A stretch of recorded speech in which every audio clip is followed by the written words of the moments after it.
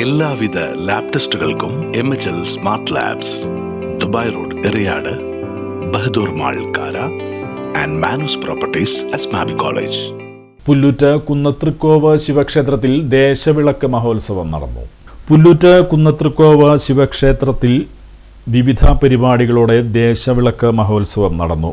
രാവിലെ ഗണപതി ഹോമത്തോടെ ചടങ്ങുകൾ ആരംഭിച്ചു. വൈകിട്ട് പന്തലാലുക്കൽ ശ്രീ ഭദ്രകാളി ക്ഷേത്ര സന്നിധിയിൽ നിന്നും പാലക്കൊമ്പ് എഴുന്നള്ളിപ്പ്, ദീപാരാധന, തുടർന്ന് പ്രസാദ ഊട്ട്, ശാസ്താംപാട്ട്, ചിന്തുപാട്ട്, ഭജന, കർപ്പൂര ആരാധന, എഴുന്നള്ളിപ്പ്, ആഴിപൂജ, മംഗളപൂജ എന്നിവ നടന്നു.